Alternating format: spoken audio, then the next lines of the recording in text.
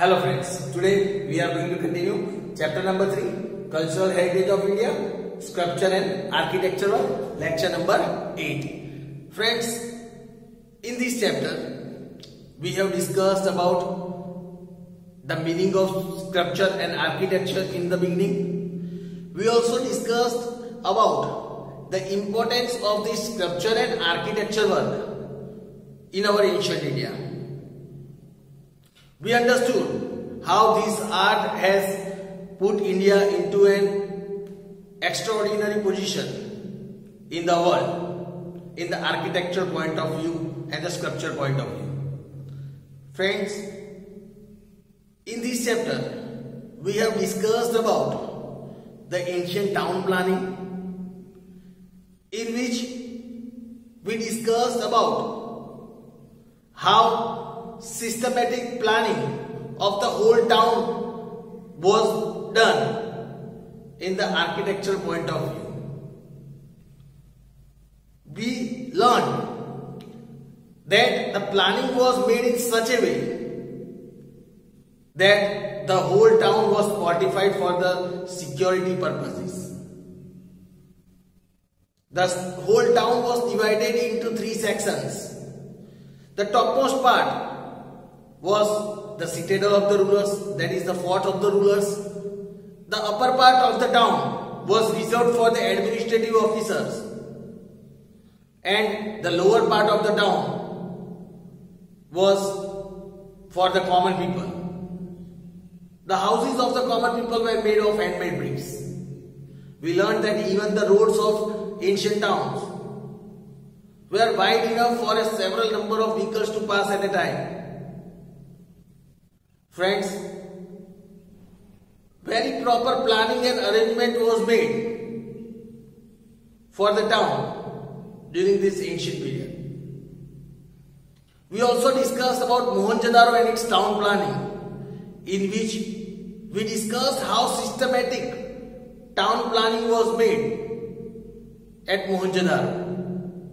We discussed about the houses of Mohenjo-daro, about the roads of Mohenjo-daro. We discussed about the drainage system of Mohenjo-daro, which is found nowhere else except the island of Crete in Mediterranean Sea. Even the manholes with leads were found at Mohenjo-daro, which shows how aware the people of that time might be about their health and hygiene. During the excavation work at Mohenjo-daro, public building and public bath was also found, which shows its extraordinary talent and art of architecture.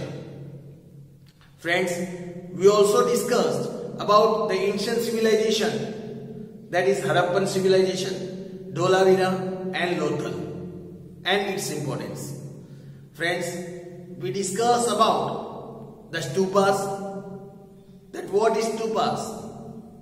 Stupas is the place of worship for the Buddhist people, where the relics of the Buddha or the Buddhist monks are kept. Friends, we discussed about the various parts of stupa, that is Harmika, Medi, Pradakshina Prat, Toran. After understanding that, we also discussed about different pillar inscription and stone inscription done at the time of Mauryan age and the Gupta age.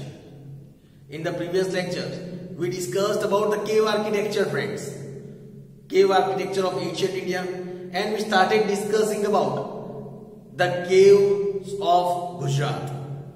So let us continue the same topic, that is the caves of Gujarat.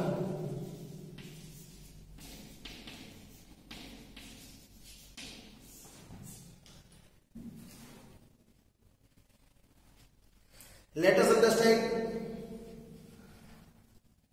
about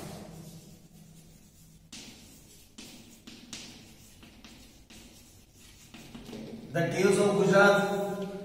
In the previous lecture, friends, we already discussed discussed about the caves of Junagadh. Now moving forward, we understood in the previous lecture when we were discussing about the caves of Junagadh that the caves of Junagadh were divided into three sections: caves of Bawa Pyara, caves of Kabra Kodya, and caves of Kund.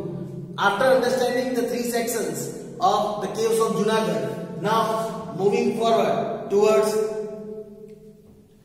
the second, that is, we can say, Khambalida caves. Let us understand about Khambalida caves.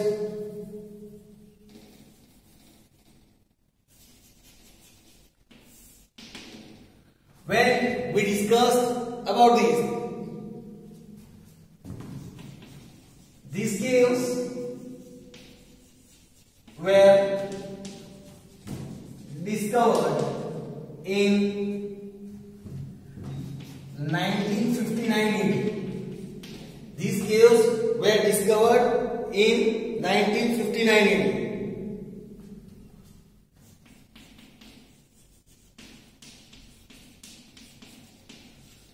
These caves are situated at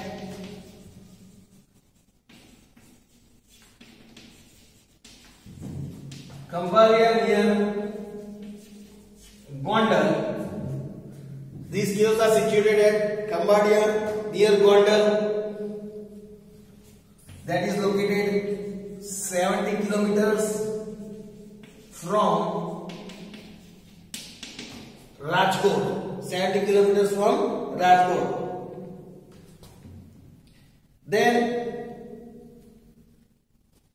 three of the caves of them are remarkable. Three of the caves of them are very remarkable of these Khambalia caves. Then the cave that is at the middle consists of the cave that is located in the middle consists of Chaitya-Gru. It consists of Chaitya-Gru with stupa. It is having Chaitya-Gru with stupa as well. Then we can say that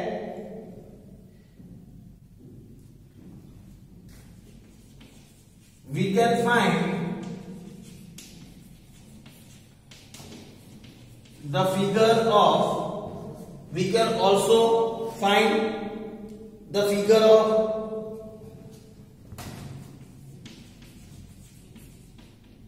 Bodhisattvas. We can also find the figure of Bodhisattvas and statues of devotees and also statues of devotees standing and supported by trees, that are supported by trees on both the side of entrance path. On both the side of entrance path. These caves are believed to be of 2nd or 3rd century. Friends, here is the information of Cambodia cave. These caves are discovered in 1959 again. These caves, they are situated at Cambodia near Gondal, 17 kilometers from Rajkot. Three of them are very remarkable from that. The caves at the middle, out of that three, that are Chaitya group of the Buddhist people with the stupas in it. We can also find the figure of bodhisattvas and the statues of devotees standing and supporting by the trees on both the side of the entrance path. These caves are believed to be from 2nd or 3rd century. So now let us move towards Talaja caves. Now friends, third one, that is Talaja caves. Understanding about Talaja caves. There is a mountain called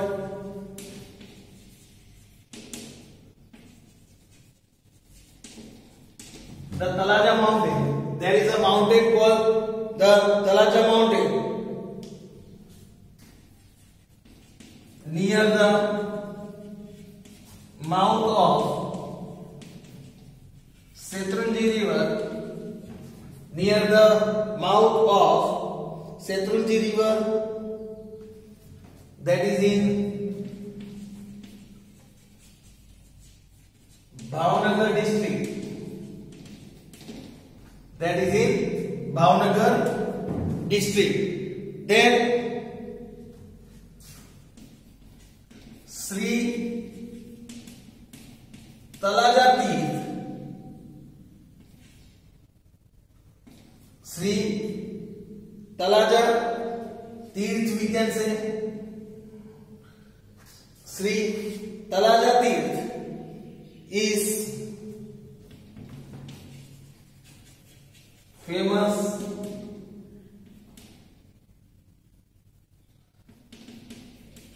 pilgrim of Talaja. Sri Talaja Tirth is the famous pilgrim of this Talaja.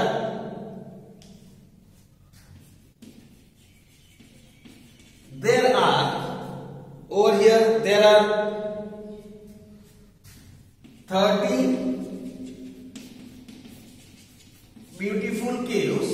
There are 30 beautiful caves carved from the stone. Carved from the stones. The caves also consists of a huge gate. These caves also have a huge gate also. Means here we can say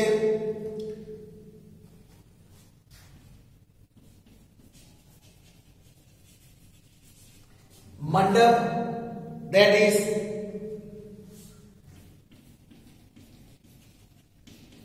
Sabakhan, and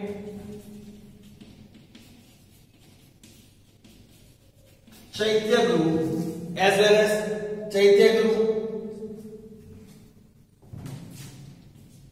are the best examples from, these are the best example from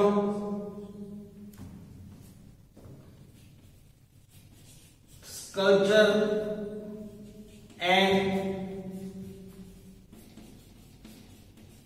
protection point of view and protection point of view. These are very important. These caves are traced. These caves are traced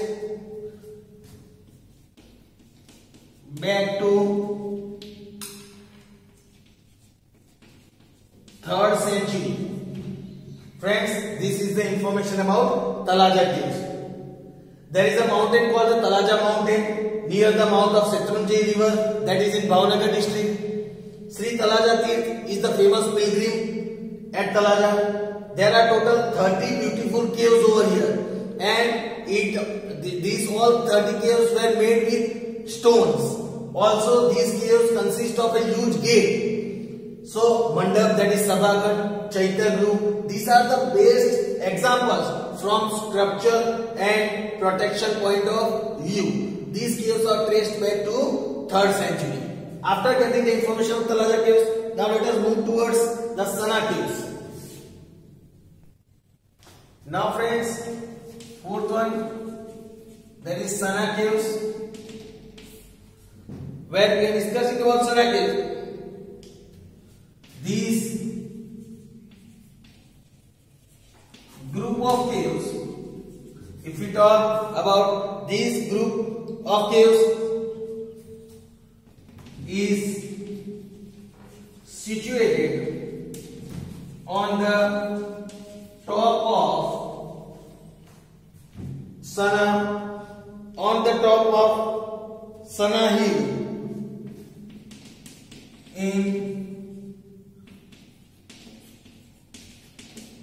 Vankya village, on the top of Sana hill in Vankya village, Una Taluka in Gir Somnath, that is in Gir Somnath district, that is in Gir Somnath district. There are, here we can say these, okay, we can say these 62 caves. Here in the Sana caves, there are total 62 caves are spread on Sana hills. These 62 caves are spread on Sana hills like beehive, just like a beehive. These, you might have seen the beehive, right? Same way, these 62 caves are spread on the Sana hills like the beehive. So friends, this was the information about Sana caves. Now the Dang cave.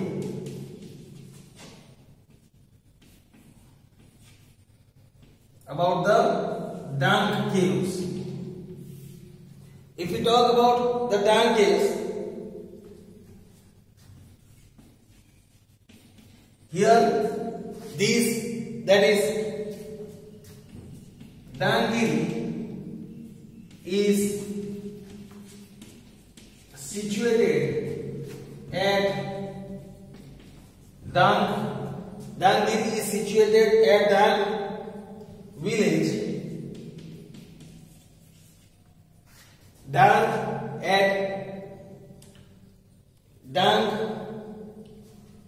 village of Upletar, Dang village of Upletar Taluka at Rajkot district. It is located in the Rajkot district. It is believed that these caves, it is a belief that this cave might have been built. These caves might have been built in the beginning of 4th century. It is believed that these caves might have been built in the beginning of 4th century. Very simple information, friends, about the Dang caves. Dangiri is situated at the Dang village of Upleta Taluka at Rajkot district, and it is believed that these caves might have been built at the beginning of the 4th century. Now let us understand about Jinjuri Jar. Now about Jinjuri Jar.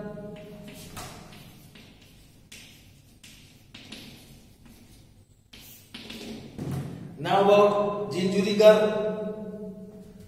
6th one, that is Jinjuri Jar. It is in the west, we can say in the west of Dam, about 7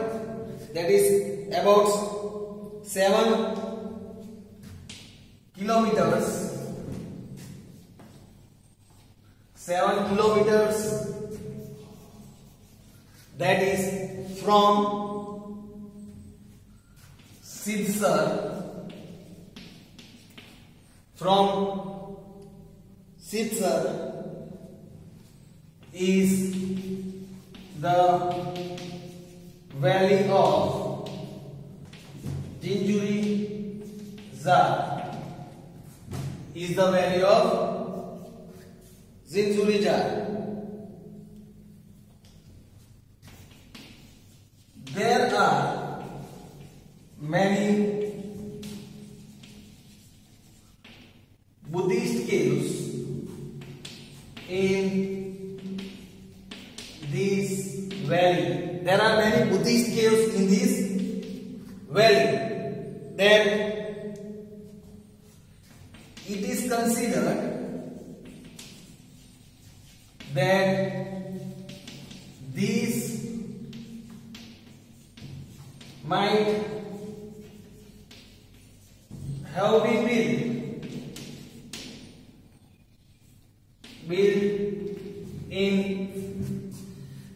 have been built in 2nd century.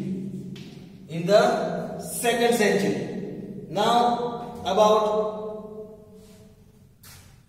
7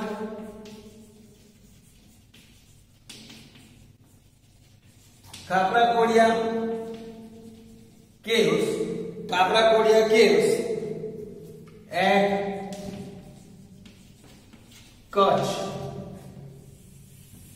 Kaprakodia caves that is located at Kutch.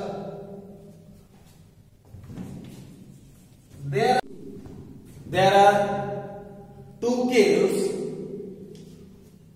on the top of mountain.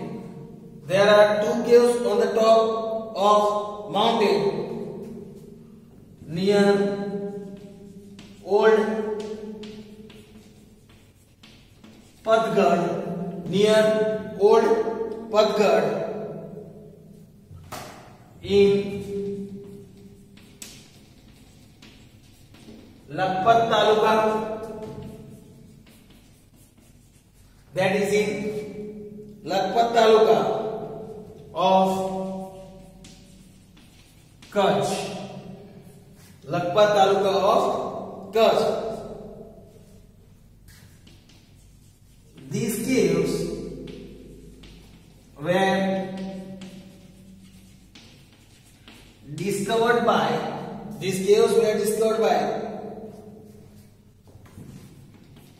K.K. Sastry in 1967 AD. It is believed that these caves were discovered by K.K. Sastry in 1967 AD. After understanding Kaprakodia caves, now caves of Kaliyadungar. Now caves at Kaliyadungar.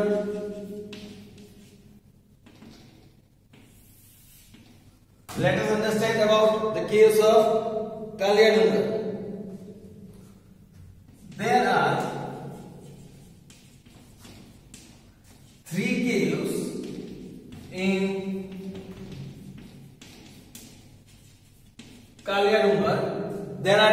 three caves in Kalyadungar at Jhagadia Taluka, that is located at Jhagadia Taluka in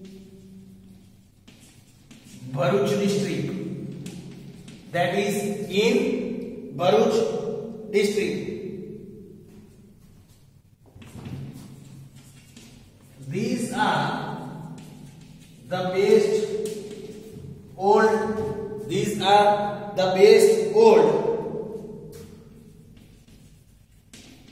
architectural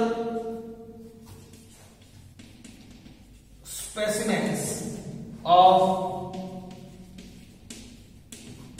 Buddhist religion.